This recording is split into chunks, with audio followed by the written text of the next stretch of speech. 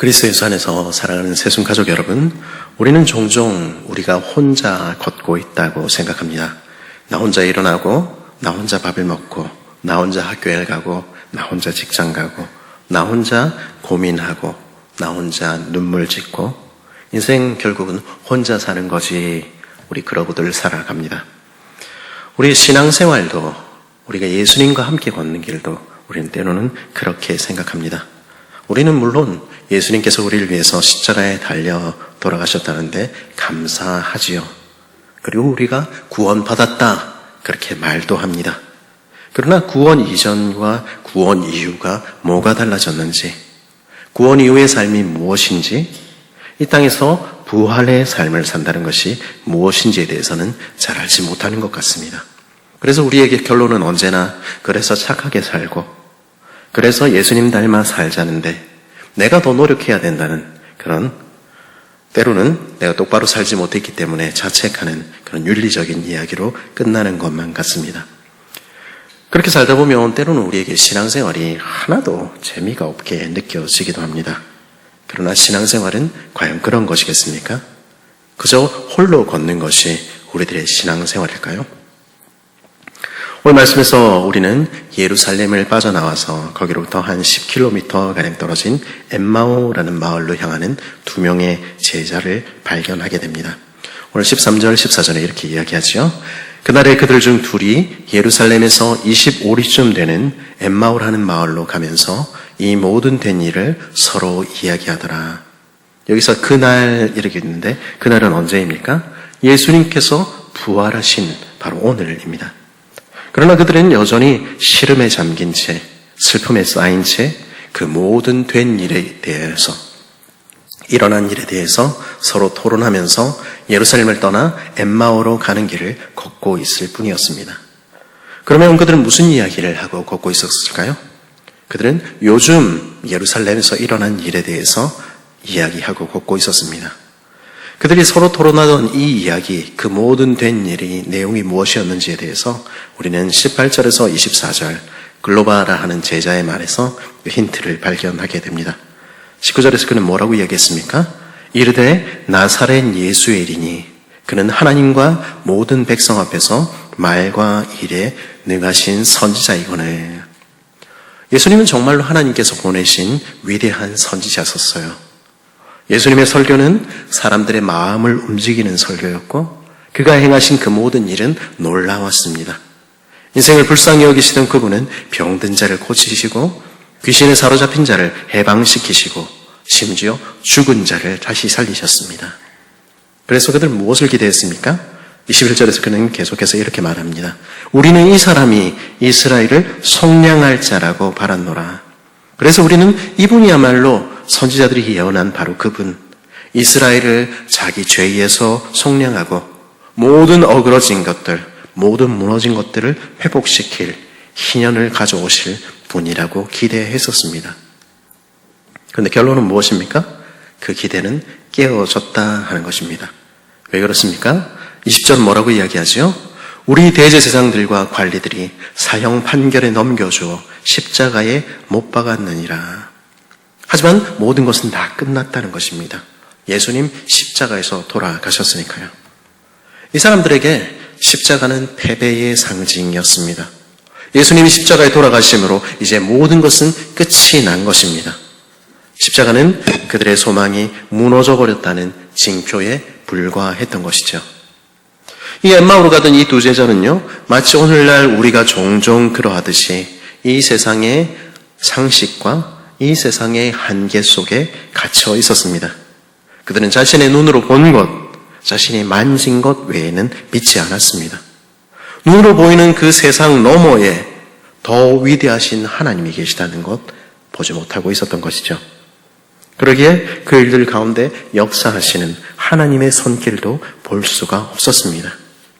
그래서 예수님의 제자라는 이 사람들, 새벽에 무덤에 갔던 여인들이 돌아와서 천사들로부터 들은 부활의 소식을 전해줘도 믿지 않는 것입니다. 베드로와 요한이 돌아가서 텅 빈 무덤에 관한 소식을 전해주어도 듣지 않는 것이죠. 왜냐하면 직접 눈으로 예수님을 보지 못했기 때문입니다. 그래서 그들은 예수님이 부활하신 날 저녁 예루살렘을 떠나 엠마오라는 마을로 내려가고 있는 것입니다. 그리고 아마 그들은 그 모든 일들을 이야기하고 난 이후에 부활하신다는 이야기를 들었지만 그거 우리 믿을 수 없으니 분명한 것은 예수님 돌아가셨다는 사실이니 그러면 이제 우리 어떻게 살아야 될까? 그런 이야기하고 있었을 것입니다. 홀로 이 땅을 이제 살아야 하는 우리는 어떻게 우리의 인생길 걸어가야 할까? 그거 논의하고 있었을지 모르겠습니다. 왜냐하면 그들은 자신이 홀로 걷고 있다고 느끼고 있었기 때문입니다. 마치 때로 우리가 그렇게 느끼듯이 말입니다. 그러면 그들은 정말로 홀로 걷고 있었습니까? 우리 신앙생활이라는 것이 나 혼자서 그냥 똑바로 예수를 믿으며 잘 사는 것입니까? 그렇지 않습니다. 15절은 이렇게 말합니다. 그들이 서로 이야기하며 문의할 때에 예수께서 가까이 이르러 그들과 동행하시나. 그렇게 근심하며 걷는 그들 바로 곁에 예수님 그분 자신이 동행하고 계셨던 것입니다. 예수님은요, 십자가에 돌아가심으로 끝난 것이 아닙니다.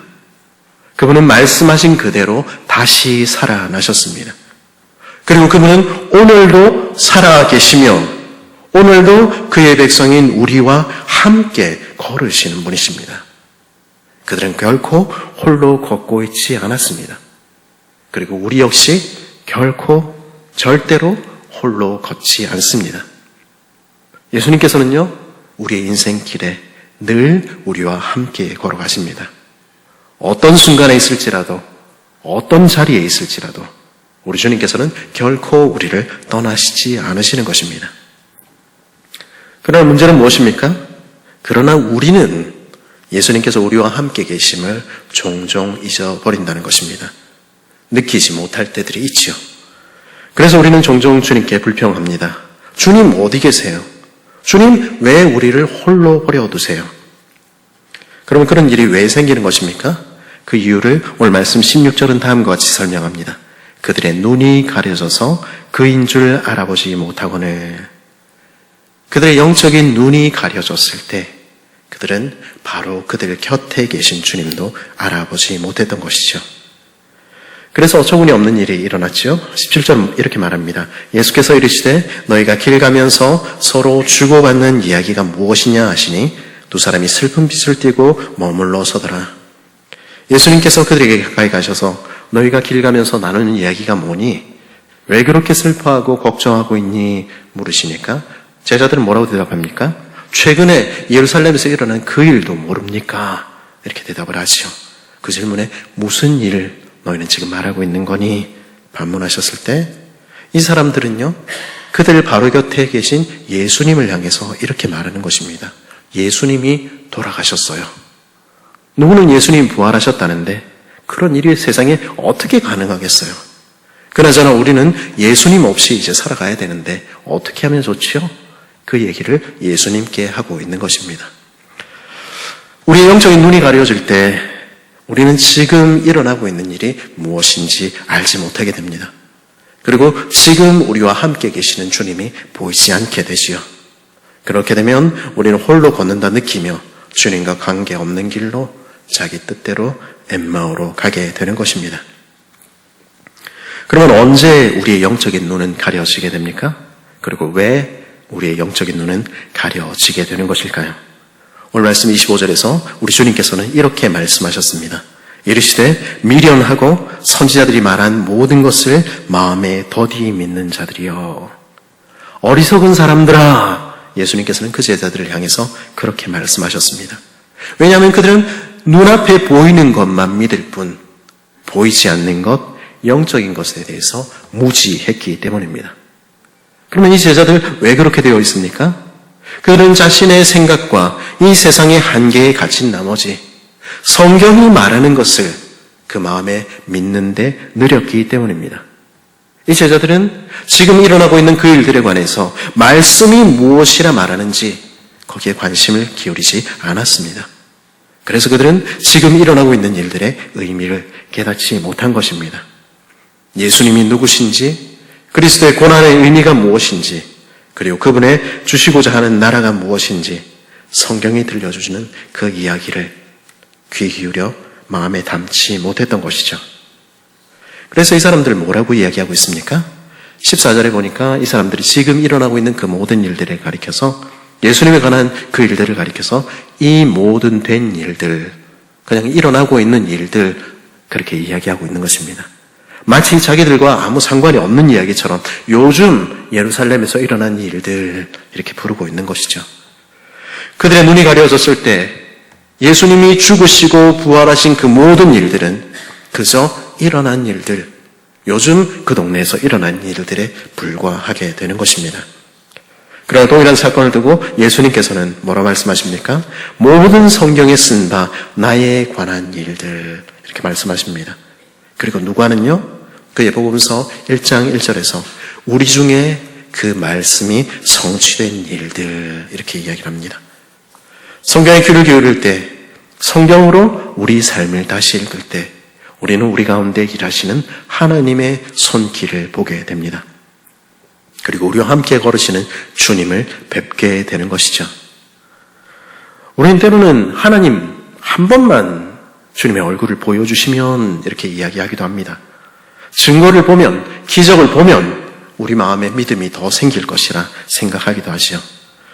지금 제 모교회에 장립 집사님으로 있는 후배 하나가 있는데, 친구는 대학생 될 때까지 저랑 같이 이제 자랐는데 맨날 하는 얘기가 예수님이 꿈에라도 나타나셔서 내가 하나님이다, 내가 예수님이다 이러면 자기가 믿을 것 같은데, 그걸 안 해주셔가지고 자기가 얼마나 기도하고 있는데 안 하신다고 그런 이야기들을 하곤 했었습니다.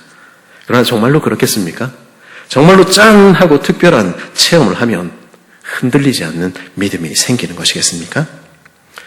누가복음 16장에 보면 부자와 나사로의 비유가 등장합니다. 거기 보면 지옥에 간 부자가 그렇게 생각했습니다. 그래서 죽은 거지 나사로가 부활해서 자기 형제와 가족들에게 가서 복음을 전해주면 그들은 믿고 나처럼 이렇게 지옥에 오지 않을 거다, 그렇게 이야기를 하지요. 근데 그를 향해서 천국에 있던 아브라함은 이렇게 말했습니다. 아브라함이 이르되 모세와 선지자들에게 듣지 아니하면 비록 죽은 자 가운데서 살아나는 자가 있을지라도 권함을 받지 아니하리라 하셨다 하니라. 말씀을 듣지 않으면, 성경의 그 이야기에 듣고 성경의 관점에서 그 모든 것들을 다시 보지 않으면 죽은 자가 부활해서 얘기해도 소용이 없다는 것입니다. 믿음은 어디로부터 나옵니까? 언제나 성경 말씀으로부터 나오는 것입니다. 그러면 반대로 우리의 영적인 눈은 언제 열리게 됩니까? 우리는 언제 예수님을 뵙게 됩니까? 그래서 우리가 말씀을 읽을 때, 그 말씀을 마음으로 믿을 때입니다. 그때 우리는 정말로 예수님이 살아계시며 정말로 우리와 함께 걸으신다는 것을 깨닫게 되기도 하는 것이죠. 그래서 부활하신 예수님께서는요, 더 이상의 특별한 놀라운 이적들을 행하시지 않았습니다. 대신에 그 제자들에게 성경에 관해서, 그리고 하나님 나라의 일에 대해서 가르치셨던 것입니다. 그러면 성경은 무엇에 관한 책입니까? 그리고 성경은 저와 여러분에게 무엇을 가르쳐 줍니까? 성경은 무엇에 관한 책입니까? 오늘 말씀 27절은 우리에게 이렇게 말합니다. 이에 모세와 모든 선지자들의 글로 시작하여 모든 성경에 쓴 바 자기에 관한 것을 자세히 설명하시니라. 모세와 모든 선지자의 글, 그리고 모든 성경은 예수님에 관해서 우리에게 들려주는 것입니다. 이 성경을 통해서 우리는 무엇을 발견하게 됩니까? 창세기로부터 선지자의 글까지 구약 성경을 통해 우리는 죄인된 너를 위해서 내가 갈게 라고 말씀하시는 그리스도를 만나게 됩니다. 그리고 오셔서 행하실 일을 미리 말씀하시며 그 과정을 미리 준비하시는 하나님을 뵙게 되는 것이죠. 그리고 신약의 복음서를 통해서 우리는 바로 우리를 위해서 이 땅에 오신 예수 그리스도를, 그리고 우리를 위해서 성취하신 그 모든 일들에 대해서 듣게 되는 것입니다. 서신서들을 통해서는요, 우리는 예수님이 하신 일이 무엇인지 보다 구체적으로 알게 되고요, 그리고 계시록을 통해서 오늘도 우리 가운데 함께 하시는 하나님, 그리고 다시 오실 주님에 대해서 더 기대하게 되는 것이죠. 그렇게 마음을 열고 이 성경을 읽을 때 우리는 오늘 말씀 26절에서 예수님이 하신 말씀에 정말로 그렇습니다 하고 고개를 끄덕이게 될 것입니다. 그리스도가 이런 고난을 받고 자기 영광에 들어가야 할 것이 아니냐. 정말로 예수님께서 말씀대로 십자가에서 고난받으셨고 말씀대로 부활하셨다는 사실을 마음에 믿게 되는 것이죠. 근데 이 26절을 번역하면서 우리 개혁 성경의 번역사들이 빠뜨린 단어가 하나 있습니다. 그것은 헬라어로 데이라는 단어인데요. 이 단어는 마땅히 그래야 한다, 반드시 그래야 한다, 기꺼이 그래야 한다, 이런 뜻을 가진 단어입니다. 그리고 이 단어가 누가복음에는 24장에는 3번이나 등장하는데요. 그것을 3번역으로는 이렇게 이야기하고 있습니다. 7절을 보니까 인자는 반드시 죄인들의 손에 넘어가서 십자가에 처형되고 사흘째 날에 살아나야 한다고 하셨다. 44절에 보니까 예수께서 그들에게 말씀하셨다. 내가 전에 너희와 함께 있을 때에 너희에게 말하기를 모세와 율법과 예언서와 시편에 나를 두고 기록한 모든 일이 반드시 이루어져야 한다고 하셨다. 그리고 오늘 말씀 26절을 3번역으로 이렇게 번역하고 있습니다. 그리스도가 마땅히 이런 고난을 겪고서 자기 영광에 들어가야 하지 않겠습니까? 그리스도께서 이런 고난을 당하시고 십자가에 돌아가시는 것은 반드시 필요한 일이었다는 것입니다. 우리 주님께서는 반드시 죄인들의 손에 넘어와서 십자가에 처형되어야 했으며 마땅히 고난을 겪으셔야 했습니다. 그래서 성경의 말씀을 반드시 이루셔야 했습니다. 그러기에 우리 주님의 죽음은 우연한 죽음이나 억울한 죽음 혹은 실패가 아니라 마땅하고 당연하고 반드시 이루어져야 했던 죽음이었다는 것입니다. 주님은 그 사실을 살아있을 때도 누누이 말씀하셨고 심지어 십자가에 달리신 그 모든 순간에도 보여주신 것입니다. 그러면 그분은 왜 그렇게 마땅히 반드시 돌아가셔야 했을까요? 그것은 더 큰 영광을 위해서였습니다.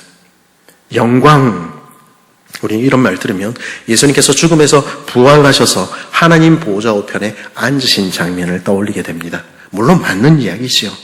예수님은 죽음에서 부활하시고 승천하셔서 하나님 보좌에 앉으셔서 하나님의 아들로 온 세상에 나타나셨습니다. 그러므로 부활과 승천은 그런 의미에서 영광스러운 대관식이라고 볼 수 있지요. 하지만 그것이 그리스도의 영광의 전부는 아닙니다. 만일 그렇다고 하면 예수님께서는 돌아가실 이유는 별로 없었을지 모르겠습니다. 그리고 십자가는 그저 수치와 모욕의 자리에 불과하겠지요. 그러면 진짜 그리스도의 영광은 무엇입니까? 그것은 그 모든 고난을 통하여 그 살을 찢으심으로 그 백성인 우리를 구원하신 것입니다. 그 피로 우리 죄를 사하시고 용서하시고 우리를 자녀 삼으신 것, 그것이 우리 주님의 영광이지요.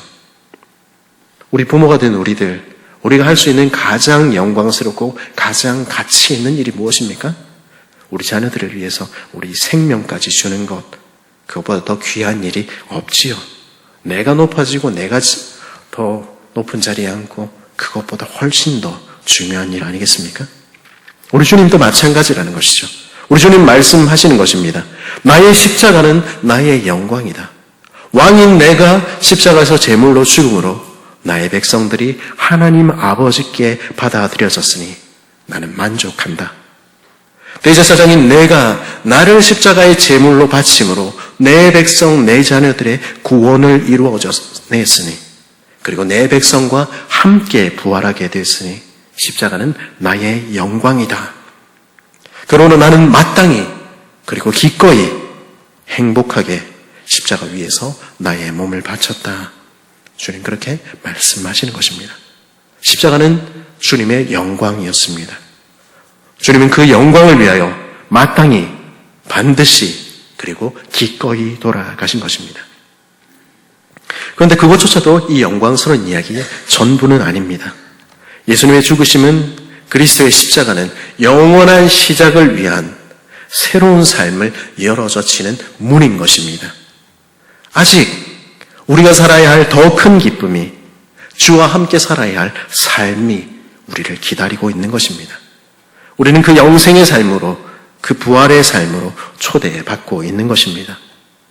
부활의 주님은 그때만 아니라 지금 이곳에서도 우리와 함께 걸어가시며 우리의 식탁에서 우리를 만나 주시는 것입니다.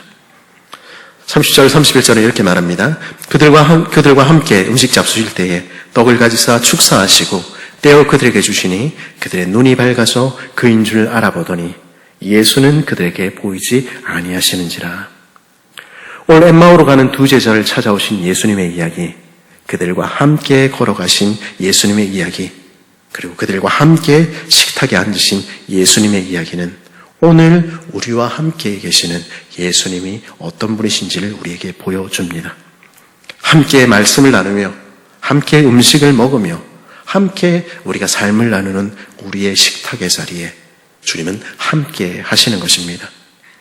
우리 매일 일상적인 그곳에서 주님은 우리를 기다리시는 것입니다. 우리는 지난 금요일에 성찬식을 드렸지요.